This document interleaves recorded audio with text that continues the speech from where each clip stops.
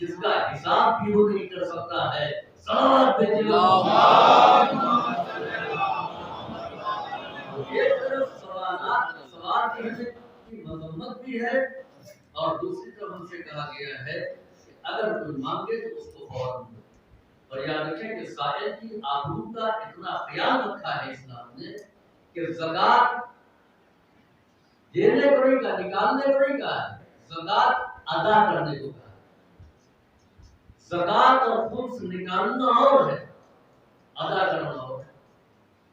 غلہ آیا کھیت سے اور ہم نے جو ہے وہ زکات نکال دی, فریضہ پورا ہو گیا, زکات نکال دی. کل نکالو نہیں, ادا کرو. نکالنے کے معنی یہ ہے کہ ہم نے غلے میں سے زکات کو علیحدہ کر دیا. ادا کرنے کے معنی یہ ہے کہ ہم نے مال زکات کو لیا اور وہاں پہنچایا جو اس کے ضرورت مند تھے. شریعت نے کیا کہا, دین نے کہا کہ زکات نکالو نہیں, ادا کرو. اگر زکات نکالی جائے گی, ادا کرنے کی تاکید نہ کی جاتی تو سوال کرنے والا مستحق زکات اس کے دروازے پر نظر آتا جس نے زکات نکالی ہے. زکات ادا کرنے کا حکم ہے, لہذا زکات نکالنے والا اس کے دروازے پر جائے گا جس کو زکات چاہیے. صلوات بھیجیے محمد.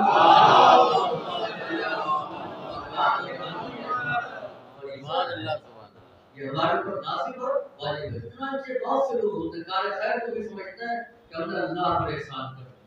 ایک صاحب تھے, بہت سا مال جو ہے زکات کا لے کر کے پیغمبر اسلام کے پاس آ کر کے بیٹھے. سلام حضور, یہ مال زکات ہے, آپ اس کو مستحقین میں تقسیم کر دیں. نبی کریم نے کہا اور اس کے بعد جیسے ہماری زبان میں پانی کو بھی نہیں پوچھا. اب ان کو حیرت, اتنا سب لے کر کے آئے ہیں, رسول اللہ خوش ہو جائیں گے. ہمارے جیسا مولوی سمجھا ہے کہ مال شرعی مال آ گیا تو خوش ہو گئے. نہیں, آخر کار رہا نہ گیا. حضور, ہم اتنا سب آپ کے پاس لے کر کے آئے, آپ نے کوئی توجہ نہیں تھی. اب پیغمبر نے جیسے اس نے کہا پیغمبر کا مزاج کروں گا, کیا کہا تم نے, یہ جو تم اپنے گردن کی ذمہ داری ہے, اپنا بوجھ وہ لا کر کے میری گردن پر ڈال گئے ہو, تم کو میرا احسان مند ہونا چاہیے نہ کہ میں تمہارا شکر گزار ہوں. اس لیے کہ جو ذمہ داری تمہاری تھی وہ ذمہ داری تم نے میرے سپرد کر دیا ہے. صلوات بھیجیے محمد. سوال کرنے کے لیے مانگنے کی مذمت کی گئی کہ کسی سے مانگو نہیں, اپنے آبرو کو بات نہیں. لیکن دوسری طرف کہا گیا ہے کہ اگر کسی نے کچھ مانگ لیا ہے تو ضرور کچھ نہ کچھ عطا کر دو. یہ اسی طریقے سے ہے جیسے ایک طرف دنیا کی بہت مذمت کی گئی. امیر المومنین نے کہا الدنیا کمثل حیہ, دنیا سانپ کے مسوہا لین وسموہا قاتل. اس کو چھو تو نرم ہے, نازک ہے, لیکن اس کے اندر قاتل زہر بھرا ہوا ہے. بچہ دیکھتا ہے تو اس کی طرف لپکتا ہے, سمجھتا ہے کہ بہت اچھی چیز ہے. اس کے برخلاف ایک سمجھدار انسان ہے, وہ دیکھتا ہے اس سے بہت زیادہ ہوتا ہے, جو اس لیے کہ وہ اس کے باطن سے واقف ہے. تو ظاہر پر جو انسان فریفتہ ہوتا ہے وہ در حقیقت باطن کی خرابیوں سے واقف نہیں ہوتا. یہی وجہ ہے کہ جو لوگ دنیا کی بے پناہ تعریف کرتے ہیں, دنیا پر مرے جاتے ہیں دنیا حاصل کرنے کے لیے, تو انہوں نے رنگینیت دنیا کو دیکھا ہے, حقیقت دنیا کو نہیں دیکھا ہے. اور یہ ویسے ہی ہے کہ جیسے گاؤں کا رہنے والا آدمی پہلی مرتبہ شہر میں آ جائے, اچھا یہ 3 منزلہ مکان ہے, یہ 4 منزلہ مکان ہے, یہ 5 منزلہ مکان ہے, تو ادھر حیرت سے دیکھتا ہے, کبھی اس کی ادھر حیرت سے دیکھتا ہے, اور بہت تعجب کے اتنے اونچے اونچے مکانات, اتنی بڑی بڑی بلڈنگیں حسرت سے دیکھتا ہے. اب وہی آدمی بمبئی میں آ گئی تو اب گونڈے کی برن مارتے ہیں, اس کی نگاہ میں کچھ نہیں, وہاں پر اور برن مارتے ہیں. یہی آدمی نیو یارک میں پہنچ گیا, دبئی میں پہنچ گیا, تو 150 منزلہ عمارت, 200 منزلہ عمارت, اب اس کی نگاہ میں بمبئی کی بلند ترین عمارت کچھ نہیں ہے. اسی آدمی کو موقع مل گیا ہوائی جہاز پر بیٹھنے کا, اور جو ہوائی جہاز پر بلند ہوا، زمین پر رہ کر کے جو مکانات بہت اونچے دکھائی دے رہے تھے، ہوائی جہاز کی بلندی سے گھروندے نظر آنے لگے، اب یہ پہاڑ مٹی کے تودے نظر آنے لگے، یہ بڑے بڑے دریا نالیوں میں تبدیل ہو گئے. یعنی وہ دنیا جو بہت بڑی دکھائی دے رہی تھی بہت مختصر، کیوں؟ اس لیے کہ جب تک پست تھا، نگاہ نیچی تھی، تو یہ تمام چیزیں بہت بلند دکھائی دے رہی تھی. ایسے ہی بلندی پر گیا، اب جو بلندی سے اوپر ڈالا گئی حقیر نظر آنے لگی. یاد رکھیں کہ لوگوں نے دنیا کی نعمت کو کسی دنیا سے پست نگاہ سے دیکھا تو دنیا بہت عظیم معلوم ہوئی. اہل بیت نے اس کو توحید کی بلندی سے دیکھا،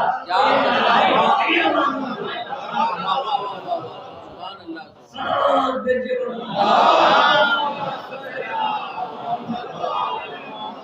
کوئی ایسے نہیں ہے، کوئی اوقات نہیں ہے، اس بلندی سے انہوں نے اس پر نظر ڈالی. تو ایک طرف دنیا کی مذمت ہے، نجم بنا رہا دنیا غرارت و شرارت، سنگار پڑھ رہا ہے.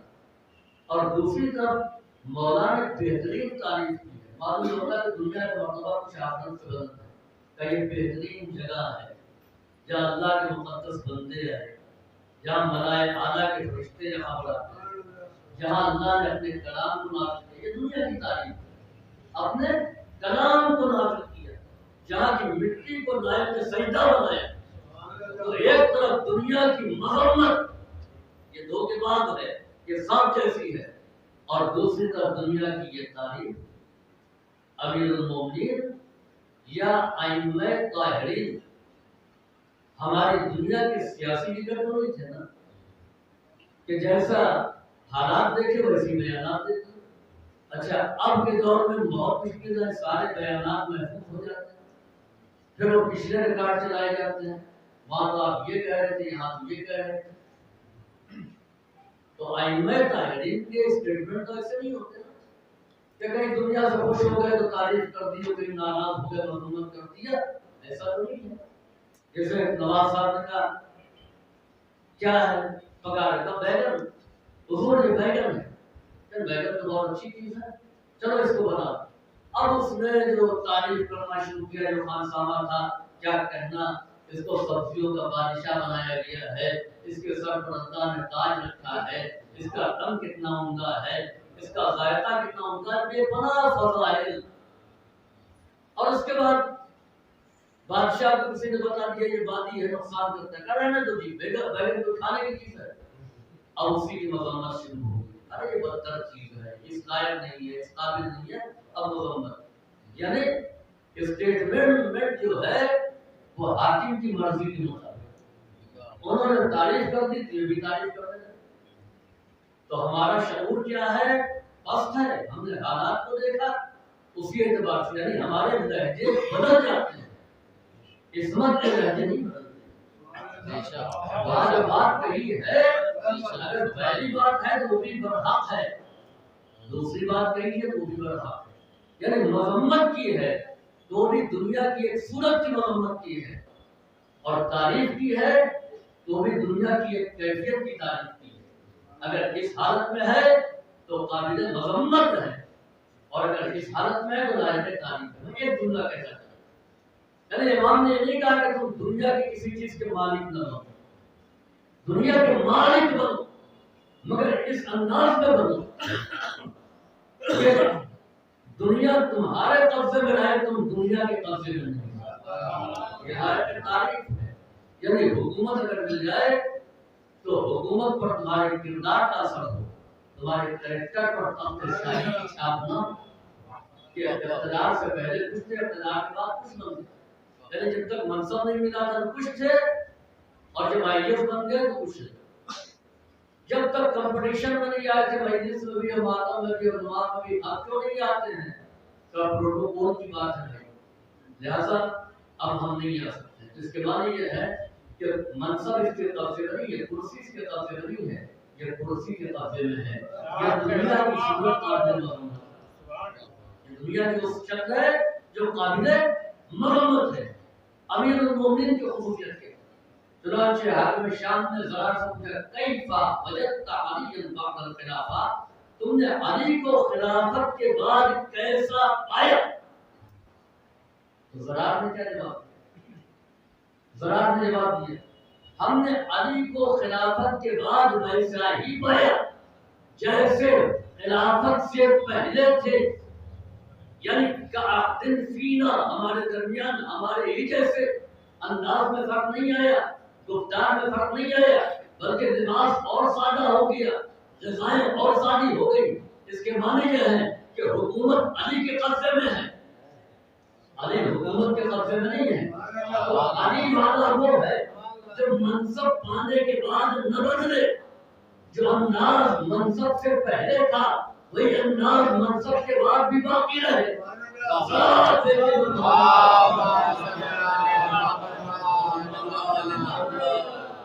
دولت آ گئی، اب تو انداز ہی بدل گیا۔ یاد رکھیں گاڑی کا مالک بننا ہے نہیں، وہ گاڑی ہماری مالک ہے۔ اچھے مکان بنوانا یہ کوئی عیب نہیں ہے۔ علا ابن ربیع نے حارثی نے بہترین مکان بنایا، شاندار مکان۔ امیر المومنین کو معلوم کیا حضور آپ تشریف لے رہے ہیں، امیر المومنین آئے، لوگ سمجھے کہ ابھی ڈانٹیں گے، تھوڑا منع کریں گے۔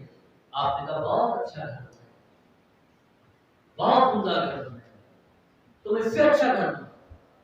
یا علی اسی میں پوری پونجی ختم ہو گئی، اس سے بہتر کا یہاں نہیں آخرت کا وہ کیسے بنے کہ اس گھر میں تم مہمان نوازی کرو، اللہ اس سے بہتر گھر تم کو جنت میں عطا کرے۔ گھر عالیشان آپ بنائیں، لیکن اس کے دیوار پر، اس کے دروازوں پر آپ کے کردار کی چھاپ، اس پر نقش آیات کی نظر آئے، نہ کہ آپ کے کردار پر اس عالیشان مکان کا اثر۔ یاد رکھیں کہ دولت کمانے سے منع نہیں کیا کہ دولت آئے، مگر اتنا خیال رہے کہ دولت آنے کے بعد خلیجہ بنو، قانون مت بننا۔ امیر المومنین جو مذمت کرنا ہے وہ یہ ہے کہ دولت دنیا پا کے قانون بنے تو قابل مذمت ہے، دنیا پا کر کے خلیجہ بنے تو لائق تعریف ہے۔ تو امیر المومنین نے دنیا کی تعریف بھی کی ہے اور دنیا کی مذمت بھی کی ہے۔ جس طریقے سے قرآن کریم میں انسانوں کی تعریف بھی کی گئی ہے اور انسانوں کی مذمت بھی کی گئی ہے۔ تعریف کی گئی لقد کرمنا بنی آدم، ہم نے اولاد آدم کے سر پر تاج عزت و شرافت و کرامت کو رکھا ہے۔ لقد خلقنا الانسان فی احسن تقویم، ہم نے انسان کی خلقت احسن تقویم پر کی ہے اور انسانی ہی کو خلق کر کے وہ پروردگار جس نے بطن ہستی کو سجایا، زمین کا سبزہ زار، آسمان کا شامیانہ، ماں ہمجن کی قندیلیں، ملائک کی بستیاں، عرش الہی، جنت سب خلق کیا، مگر کسی کی خلقت کے بعد اپنی خلاقیت کا قصیدہ نہیں پڑھا۔ جب انسان کو خلق کیا تو کہا فتبارک اللہ احسن الخالقین، واہ برکت ہے وہ ذات جو خالقین میں سب سے احسن ہے، بہتر ہے۔ تو ایک طرف انسان کی تعریف اور دوسری طرف کسی انسان کی مذمت۔ والعصر ان الانسان لفی خسر، قسم زمانے کی انسان خسارے والا ہے، انسان گھاٹے والا ہے۔ مر گھاٹے ہی والا انسان خلق کر کے اپنی خلاقیت کا قصیدہ پڑھنا تھا۔ انسان نقصان والا ہے اور اس سے زیادہ اعلان کیا کہ اولئک کالانعام بل ھم اضل سبیلا، یہ سب جانوروں جیسے ہیں بلکہ جانوروں سے بھی بدتر ہے۔ یعنی انسان قابل تعریف بھی ہے، قابل مذمت بھی ہے، یعنی اللہ نے دونوں تعریف بھی کی ہے اور مذمت بھی کی ہے۔ تو اس کے معنی یہ ہے کہ انسانوں میں بھی دو قسمیں ہیں۔ یہ انسان کبھی قابل کی شکل میں ہے، کبھی نمرود کی صورت میں ہے، کبھی شداد کی شکل میں ہے، کبھی فرعون کی شکل میں ہے، کبھی یہی حامان کی شکل میں ہے، کبھی یہ ابو جہل کی شکل میں ہے، ابو سفیان کی شکل میں ہے، ابن جزم کی شکل میں ہے، یزید کی شکل میں ہے۔ یہ انسان کبھی ابن زیاد کی شکل میں ہے، شمر کی صورت میں ہے، اور یہی انسان کبھی آدم کے پیکر میں ہے، کبھی نوح کی شکل میں ہے، کبھی ابراہیم کے جسد میں ہے، کبھی موسیٰ اور عیسیٰ کی صورت میں ہے، کبھی پیغمبر اسلام کی شکل میں ہے، کبھی امیر المومنین کی شکل میں ہے، کبھی امام حسن حسین کی شکل میں ہے، کبھی صدیقہ طاہرہ کی صورت میں ہے۔ کیا دیکھو جب اس شکل میں انسان آئے تو یہ خسارے والا انسان ہے، اور جب اس صورت میں انسان آئے تو اسی کے سر پر ہم نے تاج شرافت و کرامت کو رکھا ہے۔ صلوات بھیجیے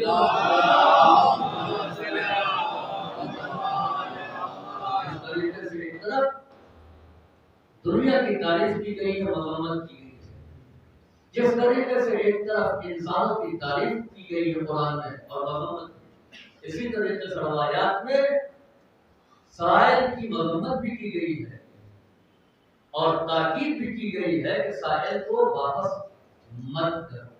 اب آپ دیکھیے محتاجی، سائل کون؟ جس کے پاس کچھ نہیں ہے، جو محتاج ہے اسی کو سائل کہتے ہیں۔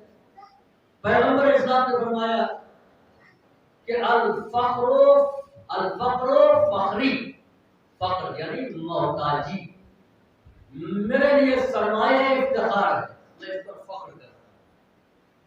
اور دوسری طرف آپ نے فرمایا کہ کاد الفقر ان یکون کفرا، یہ فقیری اور محتاجی انسان کو کفر کی منزلوں تک لے جاتا ہے۔ تو کیا حضور اپنی پہلی بات بھول گئے تھے؟ ایک طرف مذمت ہے کہ جو محتاج ہوگا یا فقیر ہوگا اس کے لیے خطرہ ہے کہ کافر نہ ہو، کفر کی سرحد تک نہیں، اور دوسری طرف کہہ رہے کہ جو محتاج ہے فقیر ہے یہ ہمارے لیے باعث افتخار ہے، باعث فخر ہے۔ اب آپ دیکھیں کہ فقر کے معنی کیا ہے؟ فقر کے معنی جب آپ لغت میں جائیں گے تو اس کے معنی میں محتاجی،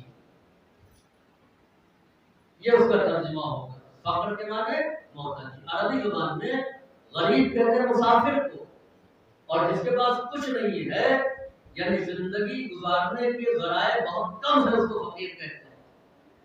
تو فقر کے معنی محتاجی۔ اب یہ محتاجی کس کی طرف ہے؟ اگر یہ محتاجی عام انسانوں کی ہے تو یہی محتاجی انسان کو کفر کی سرحد تک لے جائے گا، اور اگر یہی محتاجی غنی پروردگار کی طرف ہے تو یہ محتاج ہونا پیغمبر کے لیے باعث افتخار ہے۔ صلوات بھیجیے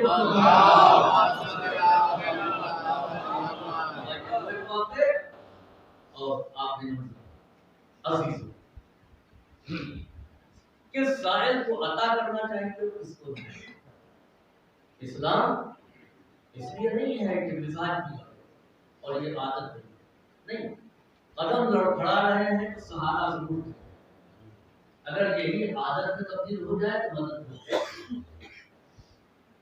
اس لیے کہ خدا نے خلق کیا ہے، رزق رکھا ہے، اب یہ ہماری کوتاہی اور کاہلی ہے کہ ہم کوشش کر کے اپنے اس رزق تک نہیں پہنچ پاتے۔ رزق کا وعدہ کیا ہے لیکن ساتھ ساتھ کوشش کر رہی، کیوں تو 2 روٹی وہ سب کو کھلاتے ہیں۔ اس نے اس وقت کھلایا کہ ہم شکم مادر میں تھے، دنیا کی کوئی طاقت رزق پہنچانے والی نہیں، تو بھی اس نے اپنی رزاقیت کا ثبوت کیا، پیٹ تو بھر دے لیکن مزید زندگی گزارنے کے لیے اس نے کہا کوشش کرو گے تو ہم تمہاری مدد کریں گے، ہمارا وعدہ ہے کہ ہم تم کو رزق فراہم کریں گے، ملے گا تم کو، لیکن یاد رکھو کہ اس شکل حلال میں چنانچہ علماء میں بحث کی ہے کہ حرام طریقے سے مارا گا اس کو رزق کہا جائے گا نہیں کہا جائے گا، اس کو رزق نہیں کہا جائے گا، مکاری شیطنت کہا جائے گا۔ رزق وہی ہے جو اللہ نے حلال ذرائع سے عطا کیا۔ واقعات ہیں، اس کو دینا چاہا، کہا نہیں اس کو رکھیے، ہم کو پیسہ دے دیجیے۔ امام نے انگور رکھ دیا، کا تشریف نہیں، کریم امام سب کچھ عطا کر دینے والا ہے، امام نے کہا تشریف دے دیں۔ اب کچھ دور چلے، چلو ہم انہیں سے کھا کر نکل گئے، اچھا لائیے وہی دے دیے، امام نے کہا وہ بھی نہیں، اس سے کہ تم ضرورت مند، وہ وہاں سے چلا۔ تھوڑی دیر کے بعد دوسرا سائل آیا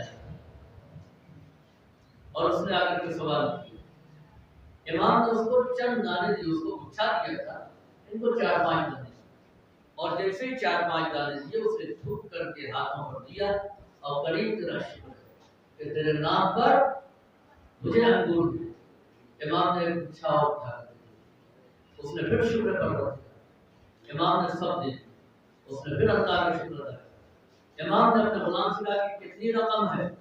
کہ حضور گھر میں صرف 40 درہم ہے، اس کے علاوہ کچھ نہیں۔ امام نے کہا اس کو دے۔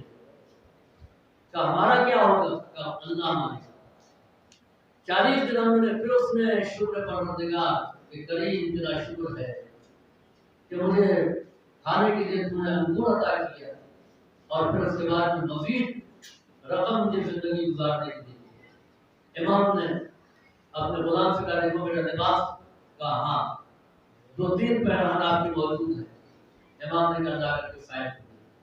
اب جو پیرہن اس کو ملا تو کہتا ہے کہ آپ کتنے کریم ہیں۔ جیسے اس نے امام کی تعریف کی، اس کے بعد امام نے کچھ عطا نہیں۔ عزیزو یہ اہل بیت علیہ السلام ہی کا کمال ہے کہ وہ اپنی تعریف پر خوش نہیں ہوتے۔ یہ ہماری کمزوری ہے کہ ہماری تعریف کی جائے تو ہم خوش ہوتے ہیں۔ اگر ہم خطابت بھی کر رہے ہیں اور لوگ تعریف نہیں کر رہے ہیں تو ہمارا مزاج یہ ہے کہ ہم بار بار تاکید کریں کہ وہاں سے لوگ نہیں بولے، وہاں سے نہیں بولے، آپ کیا سن رہے ہیں، آپ کیا سمجھ رہے ہیں۔ یعنی آپ کو واہ واہ کرنا چاہیے۔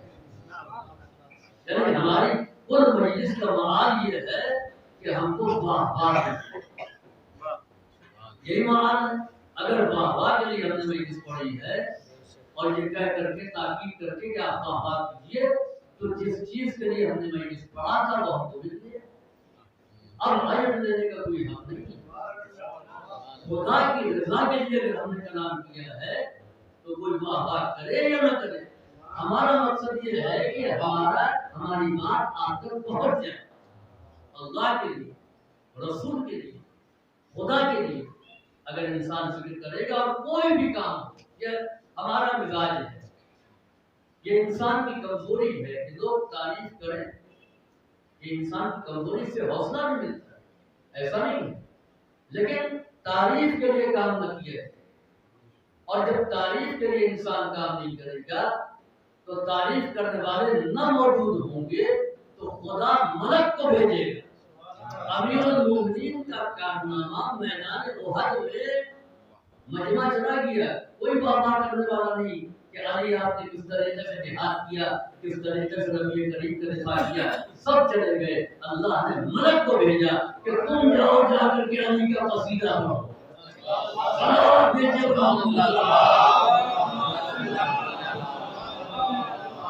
بے شمول لوگوں کا بابا کرنا اور ہے، باکمال اور معصوم ملک کا تعریف کرنا اور عزیز۔ یہ ذکر اہل بیت اور یہ ذکروں یہ ہمارے لیے بہت اہم ہے۔ تو عزیزوں، اس نے امام کی تعریف کی، میں موضوع سے الگ نہیں جانا تھا، امام کی تعریف کی، امام نے اس کے بعد کچھ نہیں دیا اور وہ دعائیں دیتا ہوا وہاں سے رخصت ہو گیا۔ اس سے پیغام کیا پہنچا؟ اس سے یہ پیغام پہنچا کہ سائل کو پہچانے کہ کون واقعی ضرورت مند ہے، کون ضرورتاً کہہ رہا ہے اور کون عادتاً کہہ رہا ہے۔ لہذا جو کہا گیا کہ تم ہرگز محروم نہ کرنا، وہی لوگ ہیں جو ضرورتاً سوال کرتے، وہ لوگ نہیں کہ جن کی عادت ہے۔ آپ دیکھیے کہ صدقے کا فائدہ کیا، بڑے سے بڑا مرض ہو، داؤ مرضاکم بالصدقہ، اپنے مریضوں کا علاج کو صدقے کے ذریعے سے، بڑے سے بڑا کام، بڑے سے بڑا کام جو ہے وہ صدقے کے ذریعے سے ہو جاتا ہے۔ بڑی طاقت ہے اور صدقہ ہے کارسان کیا لن تنالوا البر حتى تنفقوا مما تحبون، تم نیکی کو نہیں پا سکتے ہو جب تک کہ راہ خدا میں وہ خرچ کرو جو تم کو پسند ہے۔ ہم کیا خرچ کرتے ہیں کہ جو ہم کو پسند نہیں ہے وہ بانٹ دیتے ہیں، جو پسند ہے وہ رکھ دیتے ہیں، اور یہ مظاہر بنا رہتا ہے تو عید میں گوشت کی اچھی بوٹیاں چھانٹ لیں اور جس کو یہ سوچا اس کو بانٹ دیا۔ نہیں، اس میں ایک حصہ آپ نے نہیں رکھی اور دو حصہ تقسیم کر دیجیے، اسی لیے یہ قربانی ہے۔ تو مزاج ہمارا یہ ہے کہ جو ہم کو پسند ہے وہ ہم رکھ لیتے ہیں، جو نہیں پسند ہے وہ بانٹ دیتے ہیں چلیے گھر خالی ہو جائے گا والے جگہ شکل ہوئی ہے. جبکہ قرآن کیا کہہ رہا ہے وہ دو جو تم کو پسند ہے مما تحبون جو تم اپنے لیے پسند کرتے ہو. اور ظاہر سی بات ہے کہ جب ہم راہ خدا میں وہ دیں گے جو ہم کو پسند ہے تو خدا بھی ہم کو وہ عطا کرے گا کہ جو ہم چاہیں گے. ہم فانی نعمتوں کو دیں گے وہ باقی رہنے والی نعمتوں کو دیں گے. ہم ان چیزوں کو دیں گے کہ جن کو چھوڑ کر کے چلا جانا ہے. کون لاکھوں کا کپڑا لے کر کے جاتا ہے, کون عالیشان بلڈنگ لے کر کے جاتا ہے, کون دولت لے کر کے جاتا ہے, سب کچھ چھوڑ ہی کر کے تو جاتا ہے. آخر کہاں کام آنے والا؟ تو راہ خدا میں وہ دے جو ہم کو پسند ہے. اب آئیے آپ کو کوئی بھی کام کرنا ہو تو آپ صدقہ دیں. بس ایک واقعہ ربط مصائب امام جعفر صادق علیہ السلام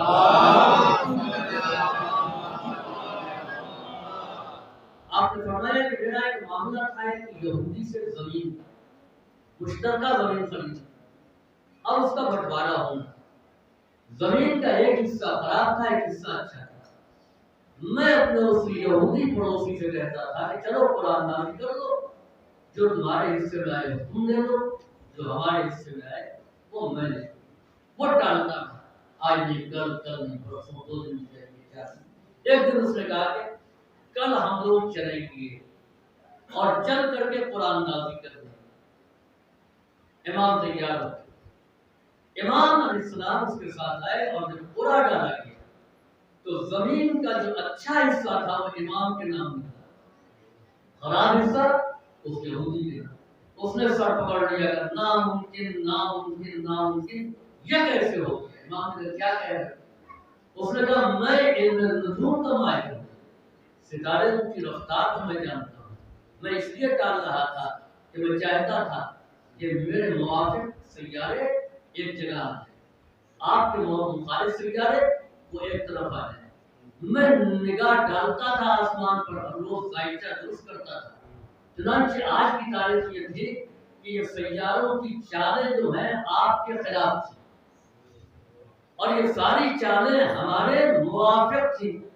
لہذا مجھے یقین تھا کہ زمین کا بہتر حصہ میرے نام نکلے گا, لیکن یہاں مخالف سیاروں کے باوجود آپ کے نام اچھا حصہ نکلا زمین کا. امام نے کہا ذرا آسمان کو دیکھو, اور جو اس نے آسمان کو دیکھا تھا یہ کیسے؟ جتنے مخالف سیارے تھے وہ آپ کو موافق آ گئے اور ہمارے موافق جو سیارے تھے سیارے وہ ہمارے مخالف ہو گئے. کہا ایسا تو 15 اور 20 دن ایک مہینے سے پہلے ممکن نہیں تھا, یہ کیسے ہو گئے؟ امام نے کہا میں نے چلنے سے پہلے صدقہ دیا اور توڑ کر نہ. جب وہ ناسمجھ ہے وہ سمجھ رہا تھا کہ ستارے اس کی مدد کریں گے اور اس کو زمین کا اچھا حصہ مل جائے گا, اس لیے وہ ستاروں کی چال کو دیکھ رہا تھا. مگر یہ بھول گیا یہ وہ ہے جو ستاروں کی رفتار کو بدل دیتے ہیں. یہ وہ ہے جو ستاروں کے چال کے محتاج نہیں ہے بلکہ ستارے ان کے محتاج ہیں. دنیا میں کسی کے در پر ستارہ نہیں آیا, ستارہ انہی کے جد کے در پر آیا. سلوات بھیجیے ان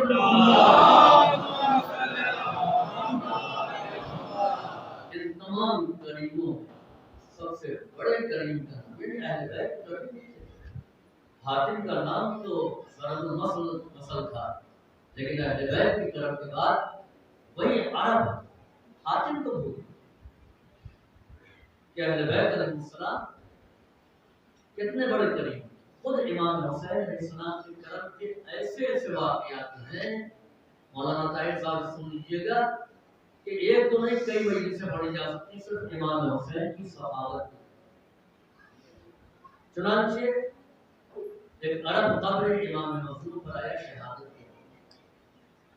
سارے مسائل آپ کے پیش نظر ہیں. امام حسین کو کتنے مسائل پڑھے. وہ ایک جملہ کہتا ہے کہ مولا آپ پر یہ ساری مصیبتیں نہ پڑو, آپ مظلومیت کے ساتھ شہید نہ ہو, پھر بھی آپ کا دنیا سے چلا جانا یہ رونے کے لیے کافی ہے کہ ایسا کریم انسان کہ جس کے در سے کوئی خالی ہاتھ نہیں ہے وہ قبر میں چلا عزیز و امام سائل کو جو عطا کرتے تھے اس کا سامنا نہیں کرتے تاکہ سوال کرنے کی جو شرمندگی اس کے چہرے پر ہے اس کو وہ نہ دیکھ سکے یا عطا کرنے والے کے متعلق جو اس کے خیالات ہوتے ہیں یا اس کی نگاہیں اس کے سامنے جھکی ہوتی ہیں اللہ اس کیفیت کو نہ دیکھیں اور اس پر وہ شرمندگی نہ ہو اس طریقے سے امام ہے تو جو ایسا کریم ہو جس نے بہت کے پیاسے لشکر کو پانی پلایا اس کے بچے پیاس سے بلک رہے ہیں چنانچہ 3 دن سے قیام حسینی میں پانی نہیں بچے بہت پیاسے ان بچوں میں ایک بچی ایسی تھی جو سب کی محبوب تھی سب کی منظور نظر وہ کون وہ رباب کی بیٹی سکینہ بنت الحسین جس کا نام سکینہ نہیں تھا لقب تھا امام حسین نے ہر بیٹی کا نام فاطمہ رکھا ہر بیٹے کا نام علی رکھا پہچان کے لیے بیٹوں کے لیے اکبر اصغر اوسط لگا دیا اور بیٹیوں کے لیے بڑا اور صغرا لگا دیا امام حسین کی بیٹی اس کو امام کہتے ہیں کہ میرے لیے باعث سکون ہے اور ایک جملہ امام کا کہ مجھے وہ گھر پسند نہیں اچھا نہیں لگتا جہاں رباب اور سکینہ نہیں یہ بچی بھی پیاسی پورے خاندان کی نور نظر اور بالخصوص جناب عباس کی بے پناہ پیاری بچوں نے کہا اے سکینہ ہم پیاسے ہیں پیاس برداشت نہیں ہوتی اگر کوئی پانی لا سکتا ہے تو وہ تمہارے چچا تم کو بہت چاہتے ہیں تو اپنے چچا سے کہو کہ کہیں سے پانی دے آئیں جناب سکینہ جناب عباس کے پاس آئی یہ چچا آپ ان بچوں کو دیکھ رہے ہیں ان کے سوکھے لبوں کو آپ دیکھ رہے ہیں یہ مجھے لے کر کے آئے ہیں ان کے لیے پانی کا انتظام کر دیا جائے ارباب ابا جناب سکینہ سے جناب عباس نے وشکیزہ طلب کیا بچی وشکیزہ لے کر کے آئی جناب عباس بچی کو لے کر کے امام کی خدمت میں آئے امام سے پانی کی اجازت دی جناب عباس مقتل کی جانب روانہ ہو گئے ارباب ابا ادھر سکینہ نے بچوں کو اکٹھا کر دیا یہیں بیٹھو میرے چچا گئے ہیں تو پانی ضرور لے کر کے آئیں گے ارباب ابا جناب عباس واپس نہیں آئے دونوں بازو قلم ہو گئے سر پر گرز آہنی لگا امام کو آواز دی امام پہنچے وصیت کی کہ آپ مجھے خیمے میں نہ لے کر کے جائیں گے ابھی کو علم لے کر کے مظلوم کربلا کے خیمے میں آئے تو جناب سکینہ نے حسرت سے علم کو دیکھا علم تو آیا ہے علمدار نہیں آیا میں سوال کرتے ہیں کہ اے بابا عین عمر عباس ہل یجاہد میرے چچا عباس کہاں گئے کیا مجھے یاد کر رہے ہیں امام نے آپ دیدہ ہو کے کہا اے میری پارے جگر تمہارے چچا شہید ہو گئے سنو تمہارے چچا کے دونوں ہاتھ کاٹ دیے گئے اس کے بعد جب تم نے مشکیزہ کیا تھا اس پر تیروں کی بوچھار کر کے پانی کو بہا دیا گیا تمہارے چچا کے سر پر ٹوز لگایا گیا اے بابا آپ میرے چچا کا لاشا کو نہیں لے کر کے آئے کہا سکینہ تمہارے چچا نے وصیت کی تھی کہ مجھے شرمندگی ہے سکینہ سے کہ میں پانی نہیں پہنچا سکا ارباب ابا ایک منظر یہ تھا اس کم سن بچی کے لیے دوسرا منظر کہ جب جناب علی اکبر مقتل کی طرف جا رہے تھے کسی نے ابا کا دامن پکڑا علی اکبر کو احساس ہوا کہ کوئی بچی ہے بڑا بولا تو سامنے پر ہاتھ رکھا علی اکبر نے مڑ کر کے دیکھا تو کم سن بہن کو موجود پایا اے بھیا بابا کو اس ضعیفی میں کہاں چھوڑ کر کے جا رہے ہیں آپ کے علاوہ کوئی سہارا نہیں ہے دیکھیے تھوڑی دیر کے بعد علی اکبر کا لاشا آ گیا سکینہ نے اپنے آپ کو بھائی کے لاشے پر گرا دیا پھر وہ منظر آیا کہ جب امام ننھے اصغر کو لے کر کے پانی پلانے کے لیے آئے تھے جب واپس پڑھتے ہیں تو ابا کے دامن سے لاش کو چھپا دیا ڈھک کر کے لے کر کے آئے بچی کہیں اور نہیں گئی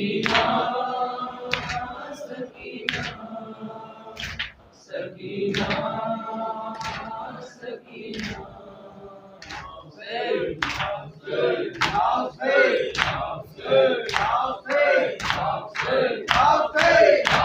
Hey!